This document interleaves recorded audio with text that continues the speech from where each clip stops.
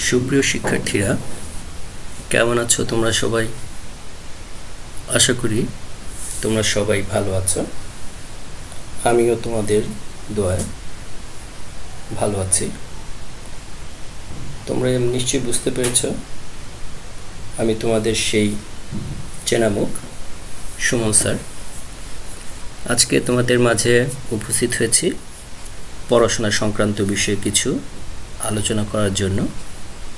পড়াশোনার বিষয়ে যাওয়ার আগেই তোমাদের সকলের জন্য একটি গুরুত্বপূর্ণ নির্দেশনা দিতে চাই, আর সেটি হচ্ছে, আমরা সকলেই জানি বিশ্বব্যাপী চলছে এখন করোনা মহামারী।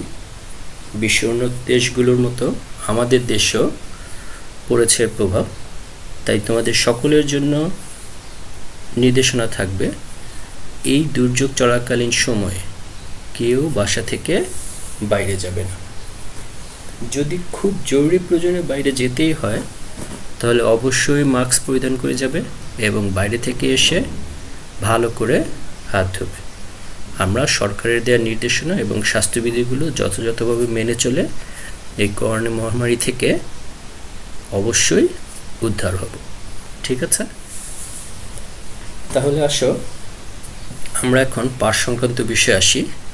তোমরা জানো করোনা সংকটের কারণে দীর্ঘদিন যাবৎ তোমাদের বিদ্যালয় বন্ধ, তোমাদের পড়াশোনা অনেকটাই ক্ষতিগ্রস্ত হচ্ছে। এই ক্ষতিকে কাটিয়ে নেওয়ার জন্য বাংলাদেশ সরকার ইতিমধ্যে ৬৫ আমার ঘরে আমার স্কুলের মাধ্যমে তোমাদের ক্লাস নেওয়া শুরু করেছে।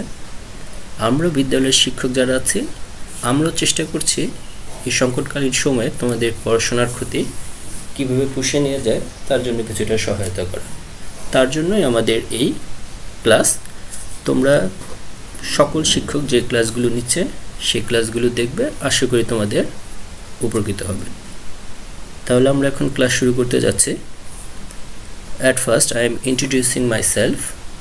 I am MD Aliasgar Suman, Assistant Teacher English, Palong Tulashar Gurudas Gopch High School. Today I will conduct the class for class 9 and 10 student, and the subject is English, and today's class topics is about completing sentences. Dear student, all you have idea about completing sentences. I am also discussing it in detail so that you have clear idea, and if anyone have any problem he can solve it. Completing sentence সম্পর্কে আমাদের সকলেরই কম বেশি ধারণা আছে। বিশেষ করে যারা দশম শ্রেণীর আছো তারা ইতিমধ্যে এটা করে ফেলেছো। নবম শ্রেণীর শিক্ষার্থী যারা আছো তাদের জন্য যদিও এটি একটি নতুন টপিকস, তাই আমি প্রথমেই এই সম্পর্কে একটু তোমাদেরকে ধারণা দিতে চাই। The word complete means to finish, to do a job, to complete a job. Similarly completing sentences means to finish a sentence or to complete a sentence. Complete মানে হচ্ছে সম্পূর্ণ করা, কমপ্লিটিং সেন্টেন্স মানে আমরা বাক্য সম্পূর্ণ করব। You have already read about completing story. In completing story there is a hint, and after reading the hint student have to write a story. In the same way, in completing sentence there will be some hint. What you have to do? By reading that hint you have to complete the sentence. অর্থাৎ completing স্টোরিতে যেভাবে আমাদের গল্পের শুরু দেওয়া থাকে আমরা সেগুলো পড়ে বাকি গল্পটা সম্পূর্ণ করি, কমপ্লিটিং সেন্টেন্সের ক্ষেত্রে আমাদের ঠিক একই রকমভাবে একটি বাক্যের কিছু অংশ দেওয়া থাকবে। আমাদের কি করতে হবে? আমাদের সেই বাক্যের বাকি অংশটুকু সম্পূর্ণ করতে হবে। What you have to remember that it is not customary or you are not bound to use specific words in every sentence. অর্থাৎ প্রতিটা বাক্যে একই ধরনের শব্দ, সুনির্দিষ্ট কোনো শব্দ ব্যবহার করতে হবে এমন কোনো বাধ্যবাধকতা নেই। What you have to do? You have to complete the sentence by using the structure of the sentence. আমরা বাক্যের গঠন অনুসারে বাক্যটাকে সম্পূর্ণ করব। অর্থাৎ গদবাঁধা বাক্য আমরা মুখস্থ করব না, আমরা অর্থভেদে বাক্য লিখব। একই কমপ্লিটিং সেন্টেন্সের উত্তর এক একজনের এক এক রকম হতে পারে, তাতে কোনো সমস্যা নেই, বাক্য সঠিক হলেই হলো। তাহলে আসো, before starting we see some example. Look, there is example, he is so busy that, and after that there is some dot dot dot dot dot dot dot. So what we have to do, we have to fill up this dot dot by using a complete sentence. In the second example, we can also see that he speaks, and after he speaks there is a blank. What we have to do, we have to fill this blank. অর্থাৎ দেখো প্রথম বাক্যে দেওয়া আছে he is so busy that, এরপর শূন্যস্থান দেওয়া আছে, আমাদেরকে কি করতে হবে, he is so busy that এই বাক্যের সাথে আমাদের পরবর্তী অংশটুকু পূর্ণ করতে হবে। একই রকম ভাবে দেখো he speaks, তারপর শূন্যস্থান, আমাদেরকে যা করতে হবে, আমাদেরকে এই শূন্যস্থানটা পূরণ করতে হবে। So to fill up the blanks, we have to follow some rules and regulation. এই শূন্যস্থান বা বাক্য সম্পূর্ণ করার জন্য আমাদেরকে কিছু নিয়ম কানুন মনে রাখতে হবে। Before starting, I want to discuss with you some important rules. তাই টপিক্সের শুরুতে আমি কি করব, তোমাদের সাথে গুরুত্বপূর্ণ কিছু নিয়ম আলোচনা করব। These rules will help you to make the sentence grammatically correct. এই নিয়মগুলো তুমি অনুসরণ করলে তুমি তোমার বাক্যগুলো যথাযথভাবে ব্যাকরণসম্মতভাবে সম্পূর্ণ করতে পারবে। So let's start with the rules number 1. The number 1 rules is about if. Before going deep into the rules, I want to share with you something.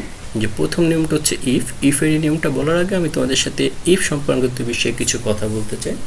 সেটা হচ্ছে, আমরা জানি if শব্দের অর্থ হচ্ছে যদি, আর বাক্যে আমরা যদি তখনই ব্যবহার করি যখন সেই বাক্যে আমরা কোনো শর্ত জুড়ে দিই। যেমন আমরা বলি, যদি তুমি সত্য কথা বলো তাহলে তোমাকে আমি ক্ষমা করে দেব, যদি তুমি আমার সাথে যাও তাহলে তোমাকে আমি একটা উপহার দিব। এই যে দেখো, এখানে যদি দ্বারা কিন্তু শর্ত বোঝানো হচ্ছে। আর আমরা জানি শর্ত ইংরেজি হচ্ছে কন্ডিশন। আমরা প্রায় সময় বন্ধুবান্ধবকে বলি, হ্যাঁ আমি তোকে এটা করে দিব, একটা কন্ডিশন আছে। তার মানে শর্ত হচ্ছে কন্ডিশন, আর কন্ডিশন বা শর্ত বাক্যে তখন বোঝায় যখন সেই বাক্যে যদি বা ইফ থাকে। এই জন্য ইফের এই নিয়মগুলোকে কন্ডিশনালও বলা হয়। তোমরা দেখবে প্রায় সময় শিক্ষকরা তোমাদেরকে জিজ্ঞেস করে তোমরা কন্ডিশনাল জানো কিনা। তাহলে আমরা ইফের এই নিয়মগুলো যদি পড়ে ফেলি তাহলে আমরা এখন থেকে বলতে পারবো যে আমরা কন্ডিশনাল জানি। So if this teacher asks you, do you have any idea about conditional? All the student can now answer, yes sir, we have some idea or we know about conditional. So let's see first rules, and one more thing, there are 3 kinds of conditional: first conditional, second conditional, third conditional. We will here read the 3 conditional, যে 3 ধরনের conditional আছে, প্রথম conditional, দ্বিতীয় এবং তৃতীয়। আমরা এখানে 3টি কন্ডিশনালই পড়ব এবং একই সাথে this 3 rules is very important for your final exam. বিগত বছরের পরীক্ষাগুলোতে দেখা গিয়েছে যে কন্ডিশনাল থেকে বা ইফের নিয়ম থেকে কম্পিটিংয়ে একটা বা দুইটা বাক্য এসেছে। সুতরাং এই নিয়মগুলো তোমাদের জন্য গুরুত্বপূর্ণ, তোমরা একটু খেয়াল করে শুনবে। ওকে, সরি, প্রথম যে নিয়মটা দেওয়া আছে ইফ যুক্ত বাক্যের প্রথম অংশ প্রেজেন্ট ইনডিফিনিট টেন্স হলে পরবর্তী অংশে সাবজেক্টের পর শ্যাল অথবা উইল বসে। তাহলে দেখো, আমরা যে জিনিসটা দেখতে পেলাম, ইফ যুক্ত বাক্যের প্রথম অংশ, তাহলে আমরা জানি কম্পিটিং সেন্টেন্সে 2টা অংশ থাকবে, যেটা আমরা কিছুক্ষণ আগে জেনেছি। ইফ যুক্ত বাক্যের প্রথম অংশ যদি প্রেজেন্ট ইনডিফিনিট টেন্স হয়, প্রেজেন্ট ইনডিফিনিট টেন্স নিশ্চয়ই তোমাদের সবার মনে আছে। তারপর আমি আরেকবার বলে দিচ্ছি, প্রেজেন্ট ইনডিফিনিট টেন্সের স্ট্রাকচার হচ্ছে সাবজেক্ট প্লাস ভার্বের present form plus object. That means if the if follows with present indefinite tense, then we have to use a shall or will after the subject. অর্থাৎ if যুক্ত বাক্যের প্রথম অংশ present indefinite tense হলে পরবর্তী অংশে সাবজেক্টের পর আমরা একটা shall অথবা will ব্যবহার করব। তাহলে দেখো, আমরা উদাহরণটা দেখি। প্রথম উদাহরণ, if he comes I shall go. If we notice here, there is the word comes and is the base form of the verb, so the word if follows a present indefinite tense. What we have done, we have used a shall after the subject I. According to the rules, if plus present follows the sentence future. অর্থাৎ if যুক্ত বাক্যের প্রথম অংশ present tense হলে পরবর্তী অংশে আমরা সাবজেক্টের পর একটা কি লিখব, shall অথবা will। দ্বিতীয় উদাহরণটা যদি আমরা দেখি, if you speak the truth, here the word speak, it is also the base form of the verb, so that means it's present indefinite tense. What we have done, we have used a will after the subject. So if এর পর present tense থাকলে পরবর্তী অংশে আমরা সাবজেক্টের পর কি লিখব, শ্যাল অথবা উইল। এখানে আমি তোমাদের আরেকটা বিষয় বলে দিচ্ছি, সেটা হচ্ছে after shall there is the verb go, and here after will there is the verb shine, both the verb in the present form. And we have read in right form of verbs that after shall, should, will, would, can, could, may, might, must, the verb is always in present form. অর্থাৎ right form verbs আমরা পড়েছি shall, should, will, would, can, could, may, might, must এগুলোর পর ভার্বের present form হবে। অর্থাৎ এখানে আমরা শ্যালের পর ভার্বের প্রেজেন্ট ফর্ম দিব, উইলের পরও ভার্বের প্রেজেন্ট ফর্ম দিব। তাহলে আমরা ইফ এর প্রথম নিয়মটা বা ফার্স্ট কন্ডিশনালটা দেখে নিলাম, যে ইফ যুক্ত বাক্যের প্রথম অংশ প্রেজেন্ট ইনডিফিনিট টেন্স হলে আমরা পরবর্তী অংশে সাবজেক্টের পর শ্যাল বা উইল দিব। এবার আসি আমরা দ্বিতীয় ইফের নিয়ম অর্থাৎ সেকেন্ড কন্ডিশন। সেকেন্ড কন্ডিশনে যেটা বলেছে সেটা হচ্ছে ইফ যুক্ত বাক্যের প্রথম অংশ পাস্ট ইনডিফিনিট টেন্স হলে।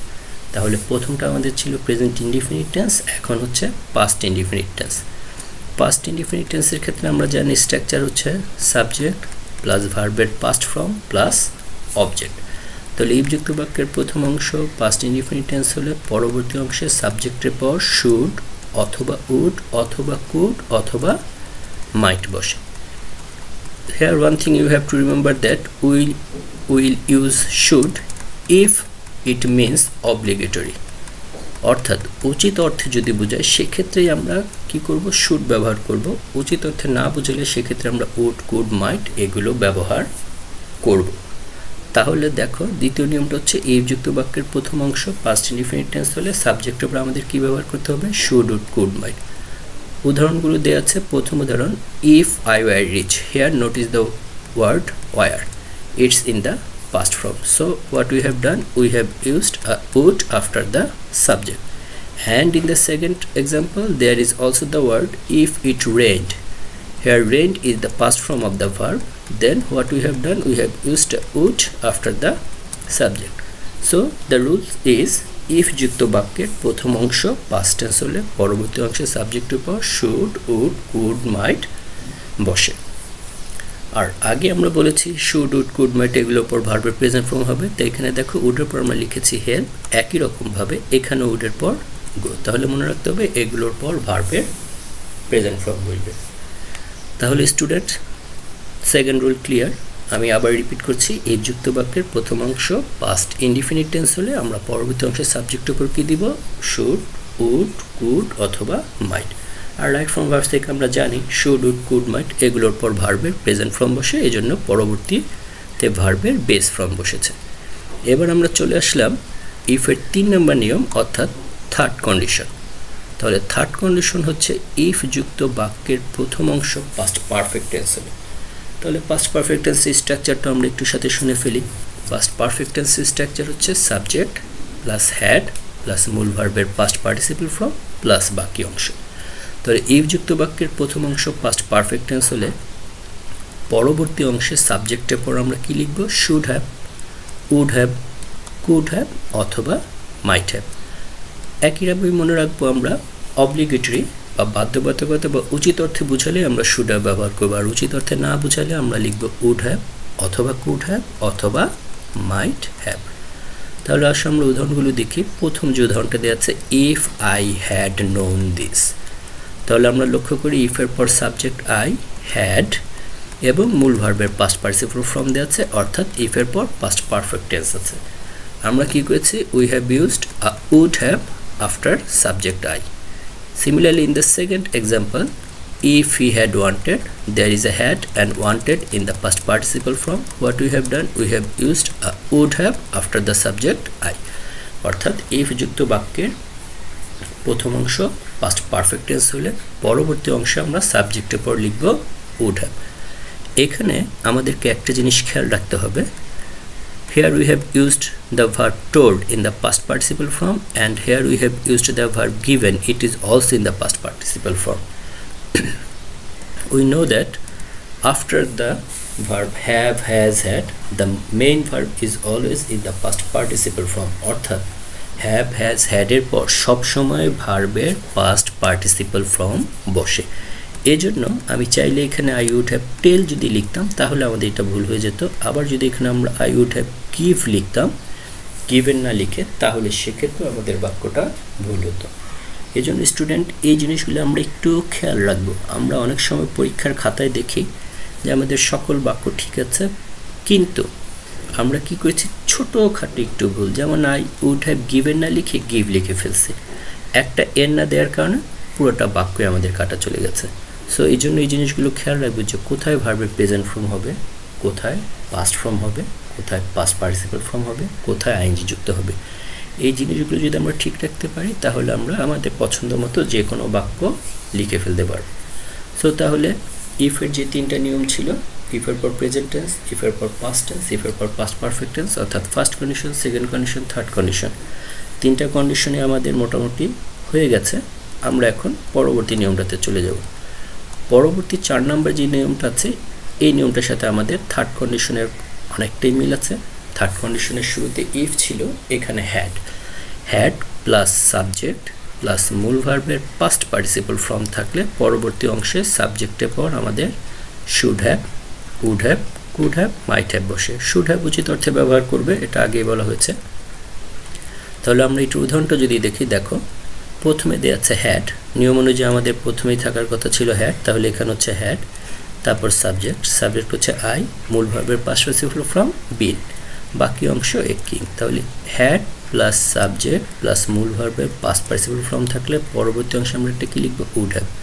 Look here, after the subject there is a would have and have follows the verb past participle form, then there is a helped, তাহলে I would have helped the poor। একই রকম ভাবে second example, had then subject then seen, মূল ভার্বের past participle form, and after that we have used a would have after the subject, I would have informed him the matter। তাহলে নিয়মটা আমরা যেটা মনে রাখবো, হ্যাড প্লাস সাবজেক্ট প্লাস মূল ভার্বের পাস্ট পার্টিসিপল ফর্ম যদি থাকে সেক্ষেত্রে আমাদের কি করতে হবে, আমরা যে বাক্যটা লিখব সেখানে অবশ্যই সাবজেক্টের পর should have, would have, could have অথবা মাইট হ্যাভ লিখতে হবে, এবং হ্যাভের পর অবশ্যই ভার্বের পাস্ট পার্টিসিপল ফর্ম লিখতে হবে। এবার আমরা চলে আসি 5 নম্বর নিয়ম। 5 নম্বর, এটা হচ্ছে আরেকটি গুরুত্বপূর্ণ নিয়ম। বিভিন্ন সময় এই নিয়ম থেকে পরীক্ষায় প্রশ্ন এসেছে, তাই তোমরা নিয়মটা মনোযোগ দিয়ে শুনবে, খেয়াল করবে। এবং এর সাথে আরেকটা বিষয় আমি উল্লেখ করতে চাই, তোমাদের পরীক্ষায় আরেকটা টপিকস আছে কানেক্টরস বা লিঙ্কিং ওয়ার্ডস বা লিঙ্কার্স। 5 নম্বরের এই নিয়মটা আমাদের লিঙ্কিং ওয়ার্ডস বা লিঙ্কার্স বা কানেক্টরসের ক্ষেত্রেও কাজে লাগবে। তাহলে চলো দেখা যাক নিয়মটা। নো সুনার হ্যাড যুক্ত কোনো বাক্য যদি থাকে সেক্ষেত্রে আমাদেরকে একটা কনজাংশন ব্যবহার করতে হবে দেন, অর্থাৎ কনজাংশন মিনস কানেক্টরস বা লিঙ্কিং ওয়ার্ডস। হার্ডলি হ্যাড যুক্ত কোনো বাক্য যদি থাকে সেক্ষেত্রে আমাদেরকে একটা কনজাংশন ব্যবহার করতে হবে হোয়েন, এবং স্কার্সলি হ্যাড যুক্ত কোনো বাক্য যদি থাকে সেক্ষেত্রে আমাদেরকে কনজাংশন ব্যবহার করতে হবে হোয়েন। ইচ্ছেগুলো আমরা বিফোরও ব্যবহার করতে পারি, এবং পরবর্তী অংশে ভার্বের পাস্ট ফর্ম বসে। উদাহরণে যাওয়ার আগে আমি বিষয়টা একটু ক্লিয়ার করে দিই, সেটা হচ্ছে no sooner had, hardly had, scarcely had, এই শব্দগুলোর বাংলা অর্থ হচ্ছে ভার্বের সাথে তেই যুক্ত হয়।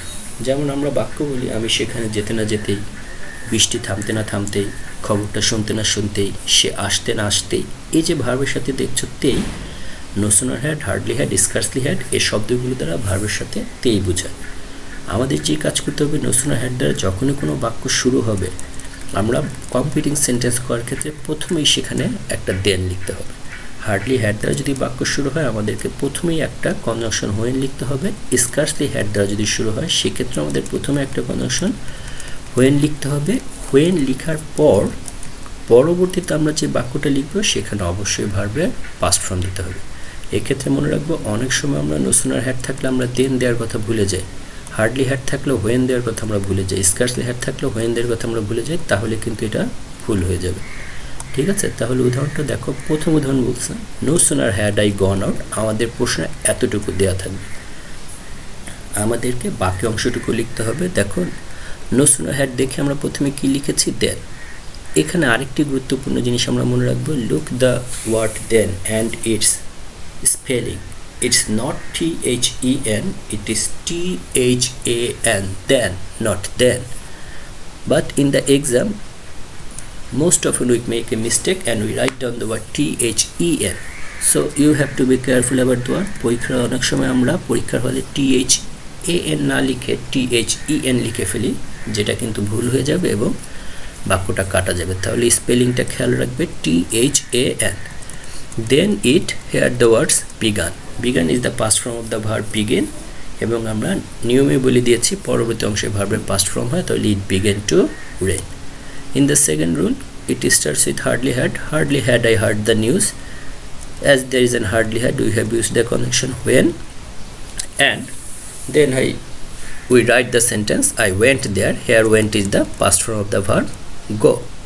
Okay, similarly in the third example, scarcely had the thief seen the police. As there is an scarcely had, we have used the conjunction when, and after when it follows the verb past tense, that is ran, which is the past form of the verb run. তাহলে no sooner had থাকলে আমরা কি করব, then spelling THAN, hardly had থাকলে আমরা লিখব when, scarcely had থাকলে আমরা লিখব when, এবং পরবর্তী অংশে আমরা যে বাক্যটা লিখব সেখানে অবশ্যই আমরা ভার্বের কোন ফর্ম লিখব, past form. Okay, next the rules. Lest, lest means notuba, lest word means notuba বা নচেত বা না হলে।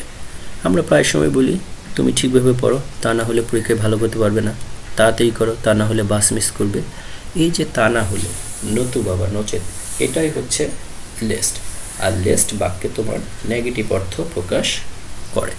তাহলে লেস্টের ক্ষেত্রে নিয়মটা হচ্ছে আমাদের লেস্ট যুক্ত বাক্যে, লেস্ট দ্বারা যদি বাক্য শুরু হয় আমরা কি করব, লেস্ট যুক্ত বাক্যে পরবর্তী অংশে সাবজেক্টের পর শুড অথবা মাইট বসবে।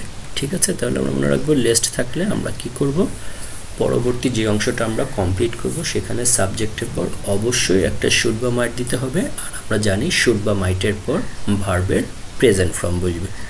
তাহলে দেখো উদাহরণটা যেটা বলেছে, run fast least you should miss the bus. So here is the word lest, and what we have done, we have used a should after the subject you.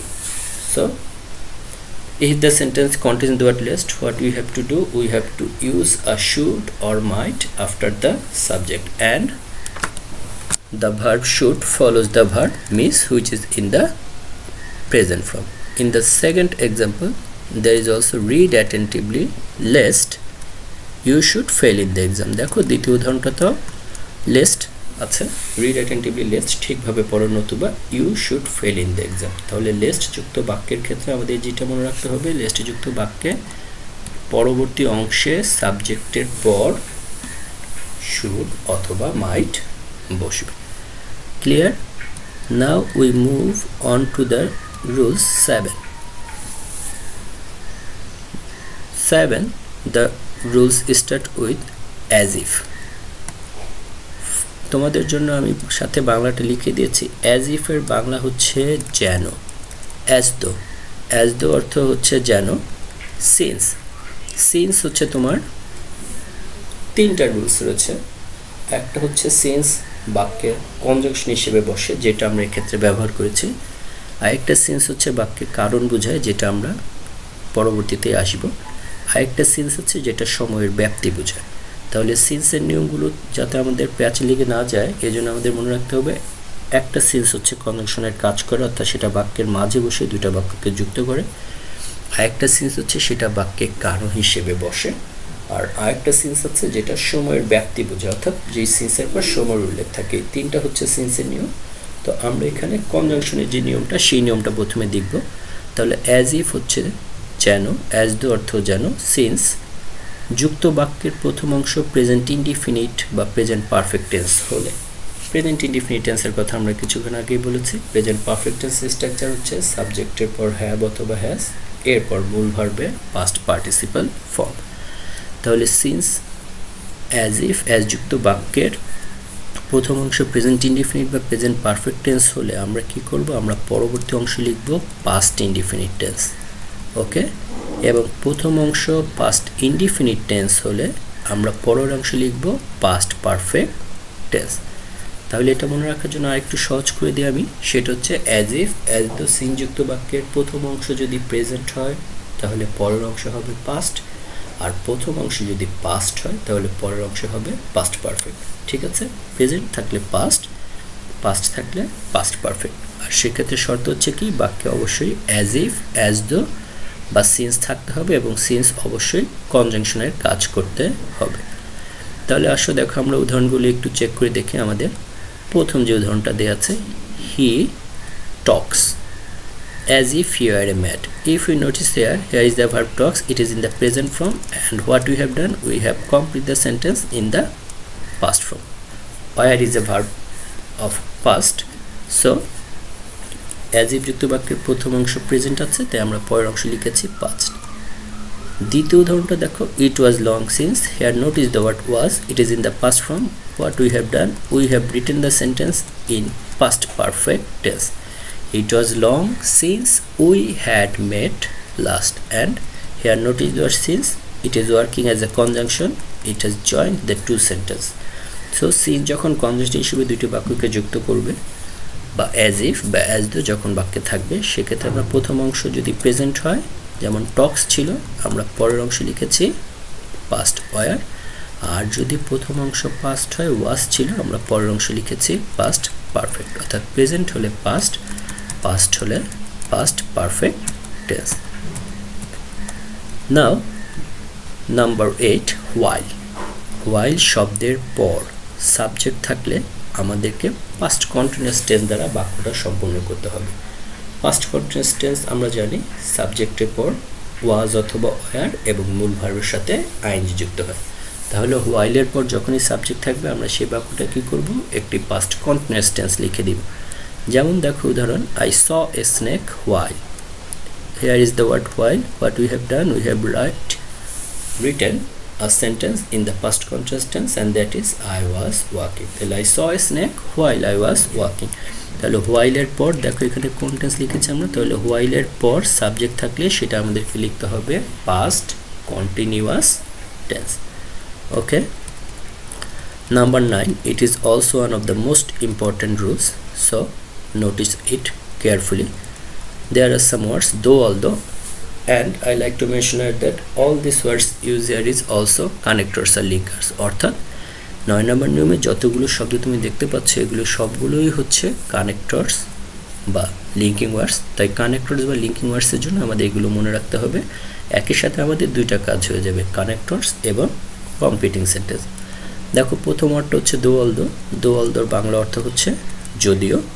এরপরের ওয়ার্ডটা হচ্ছে সো ডট ডট দ্যাট, অর্থাৎ so আর দ্যাটের মাঝে আমাদেরকে এখানে একটা word বসাতে হবে, এটার অর্থ হচ্ছে এতই ডট ডট যে। এরপর হচ্ছে সো দ্যাট, এখানে সো দ্যাট একসাথে আছে অর্থাৎ এর মাঝে কোনো ওয়ার্ড বসবে না। সো দ্যাট বা ইন অর্ডার দ্যাট, এটার অর্থ হচ্ছে যাতে করে। অ্যাজ, সিন্স, বিকজ, কারণ। এই যে কিছুক্ষণ আগে আমি বলেছিলাম সিন্স আরেকটি নিয়ম আছে, সেটা হচ্ছে কারণ। এই যে চলে এসেছে আমাদের কারণের নিয়মটা। তাহলে অ্যাজ, সিন্স, বিকজ হচ্ছে কারণ। এরপর হচ্ছে হোয়েন বা অ্যাজ সুন অ্যাজ, এই দুইটা আমরা ব্যবহার করি সময়ের ক্ষেত্রে। তাহলে এই যে যতগুলো কানেক্টরস লিঙ্কার্স আমি বললাম, অর্থাৎ দো although, so dot dot that, so that, in order that, as, since, because, when, as soon as, এই সবগুলোর ক্ষেত্রে আমাদের যেটা মনে রাখতে হবে, প্রথম অংশ প্রেজেন্ট টেন্স হলে পরবর্তী অংশ প্রেজেন্ট টেন্স হবে, এবং প্রথম অংশ পাস্ট টেন্স হলে পরের অংশ পাস্ট টেন্স হবে। অর্থাৎ সহজ কথায় উপরোক্ত শব্দগুলোর ক্ষেত্রে প্রথম অংশ প্রেজেন্ট থাকলে পরেরটাও প্রেজেন্ট, প্রথম অংশ পাস্ট হলে পরের অংশ পাস্ট। তাহলে আমরা উদাহরণ যদি দেখি, প্রথম যে উদাহরণটা দেওয়া আছে দেখো, দো হি ইজ পোর, এখানে আমরা দেখতে পাচ্ছি দো এর পর প্রেজেন্ট টেন্স আছে, আমরা পরবর্তী বাক্যটা লিখেছি প্রেজেন্ট টেন্সে, হি ইজ অনেস্ট। দ্বিতীয় বাক্যে দেখো, he was so tired, here the word was in the past form, what we have done, we have also write the second part is in the past form, and that is he could not move. In the third sentence, as he was ill, it is also in the past tense. What we have done, we have also write the second sentence in the past tense. He could not come. অর্থাৎ প্রথম অংশ present হলে আমরা পরের অংশ present লিখেছি, প্রথম অংশ পাস্ট হলে আমরা পরের অংশ পাস্ট লিখেছি। তাহলে আমাদেরকে এই শব্দগুলো মনে রাখতে হবে যে কোন শব্দগুলো বা কোন কানেক্টরগুলো প্রথম অংশ প্রেজেন্ট হলে পরের অংশ প্রেজেন্ট হবে এবং প্রথম অংশ পাস্ট হলে পরের অংশ পাস্ট হবে। আমি আগেই বলেছি কম্পিটিং সেন্টেন্স এটা সহজ একটা টপিকস, আমরা ইচ্ছে করলে আমাদের মনের মাধুরী মিশিয়ে যে কোনো বাক্য লিখতে পারি, কিন্তু আমাদেরকে শুধু এটা মনে রাখতে হবে যে ভার্ব কোথায় প্রেজেন্ট হবে, কোথায় পাস্ট হবে, কোথায় আইএনজি যুক্ত হবে, অর্থাৎ the sentence should be grammatically correct, অর্থাৎ ব্যাকরণগত দিক থেকে আমাদের লিখিত বাক্যটি পুরোপুরিভাবে সঠিক হতে হবে। ঠিক আছে, আচ্ছা এরপর চলে আসি আমরা 10 নম্বর নিয়মটা হচ্ছে বিফোর আফটার। বিফোর আফটার এই নিয়মগুলো আমরা ছোটোবেলা থেকেই পড়ে এসেছি। এটা দিয়ে আমরা মজার ট্রান্সলেশন করতাম, ডাক্তার আসার পূর্বে রুগী মারা গেল, ডাক্তার আসার পরে রুগী মারা গেল। তাহলে আসলে দেখি আমরা বিফোর আফটারের নিয়মগুলো। বিফোর যুক্ত বাক্যের প্রথম অংশ পাস্ট পারফেক্ট টেন্স হলে, পাস্ট পারফেক্ট টেন্স স্ট্রাকচার আমি তোমাদেরকে আগেই বলে আছি, আশা করি তোমাদের মনে আছে। তাহলে প্রথম অংশ পাস্ট পারফেক্ট টেন্স হয়, তাহলে পরবর্তী অংশ হবে পাস্ট ইনডিফিনিট টেন্স, এবং আফটারের ক্ষেত্রে জাস্ট অপোজিট। আফটার যুক্ত বাক্যের প্রথম অংশ হবে আমাদের পাস্ট ইনডিফিনিট টেন্স এবং পরের অংশ হবে past perfect tense. So what we can say, before ends with the tense past indefinite and starts with the tense past perfect tense, but after follows the opposite rule. After starts with past indefinite tense and follows with past perfect tense. তোমাদের মনে রাখার জন্য আরেকটি সহজ উপায় বলে দিই।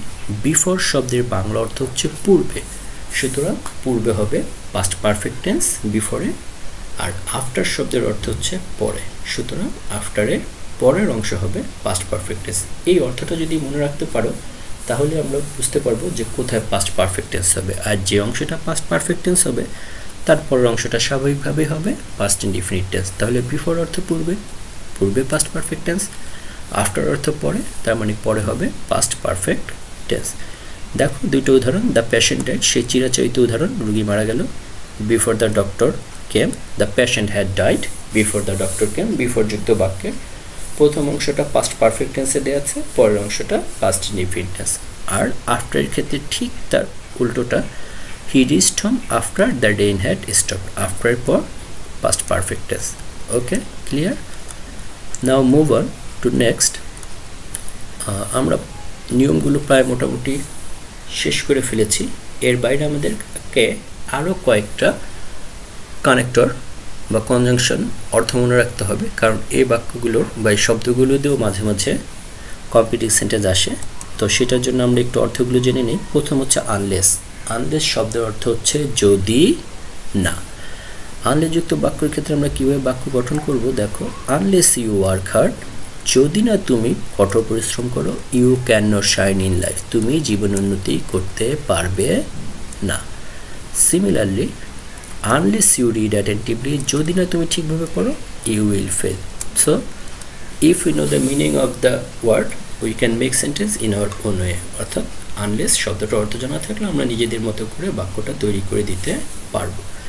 একই রকমভাবে দেখো টিল আনটিল, এটাও একটা কানেক্টর। টিল আনটিল শব্দের অর্থ হচ্ছে যতক্ষণ না পর্যন্ত। আমরা প্রায় সময় বলে থাকি আমি যতক্ষণ পর্যন্ত না আসি তুমি এখানেই থাকবে, আমি না আসা পর্যন্ত নড়বে না, আমি না আসা পর্যন্ত এটা করবে না, যাবে না। So that means till or until, যতক্ষণ না পর্যন্ত।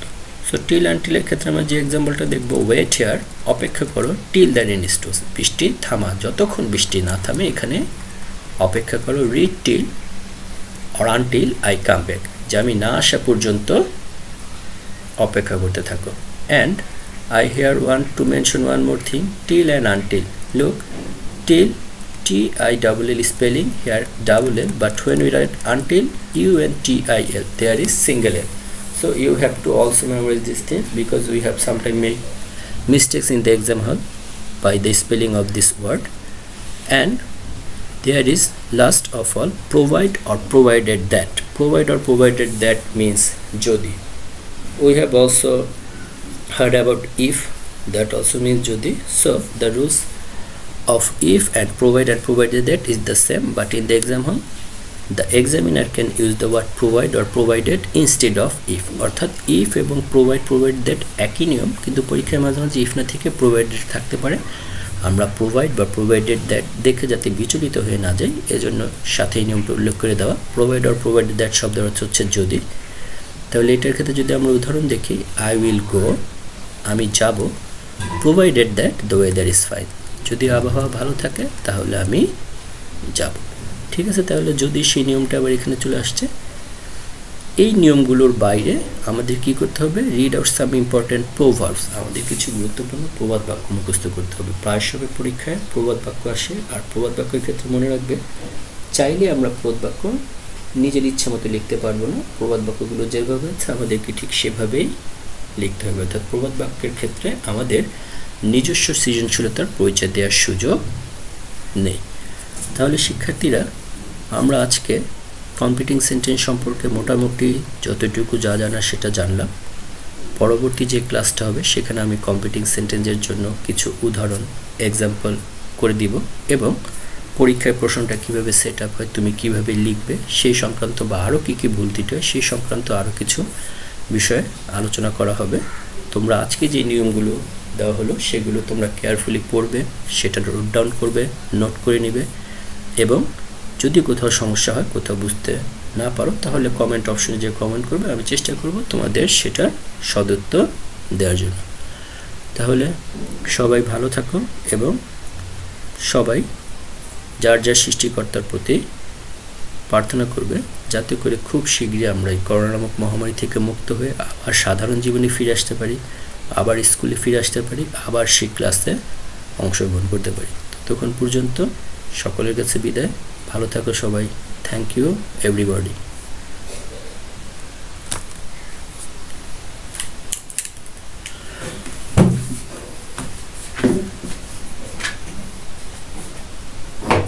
এই মিনার, মিনার এদিকে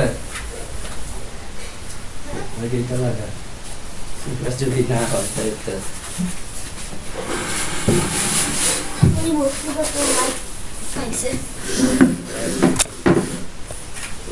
Basta.